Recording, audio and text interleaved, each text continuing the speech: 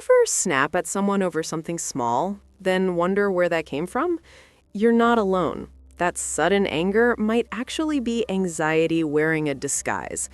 Your brain has a surprising reason for turning worry into rage, and understanding this connection changes everything. Here's what's happening. When anxiety builds up in your body, it creates physical tension. Your heart races, your muscles tighten, your breathing gets shallow. Your brain interprets these sensations as a threat. And anger? Anger feels like power. It feels like control. So your nervous system reaches for anger as a way to escape the helplessness of anxiety. A 2015 study in the Journal of Affective Disorders found that people with anxiety disorders show significantly higher levels of irritability and anger attacks. Neuroscientist Dr. Joseph Ledoux explains that both anxiety and anger activate the amygdala, your brain's threat detection center. The difference?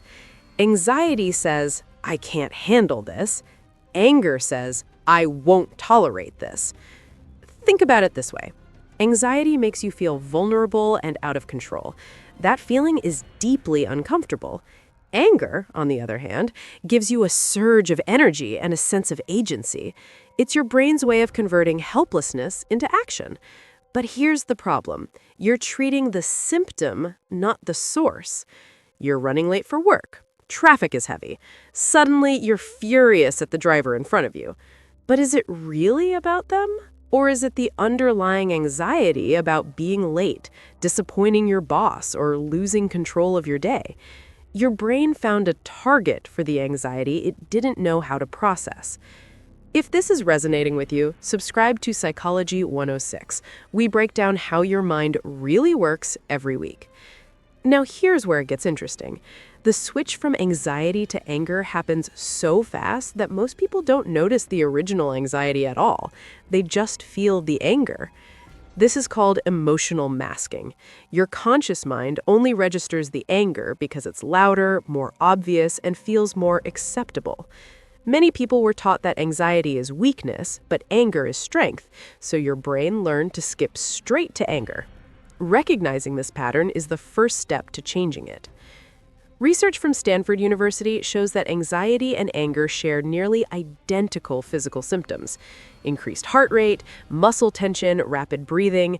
Your body is in fight or flight mode either way.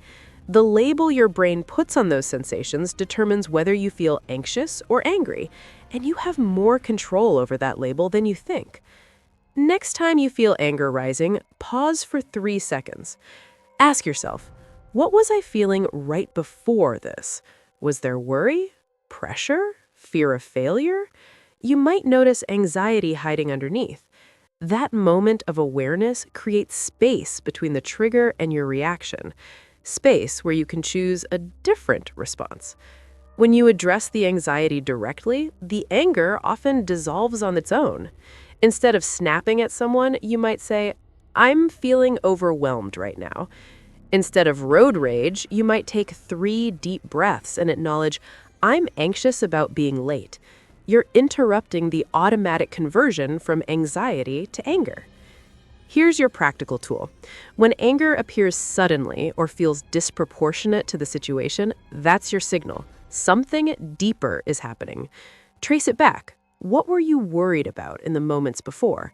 That's where the real work begins, and that's where lasting change happens. Understanding your emotional patterns gives you power over them instead of the other way around. Subscribe to Psychology 106 for more insights into how your mind works. Drop a comment with your biggest takeaway from this video, and if you want to dive deeper into emotional regulation, check out our video on why you overthink everything. See you in the next one.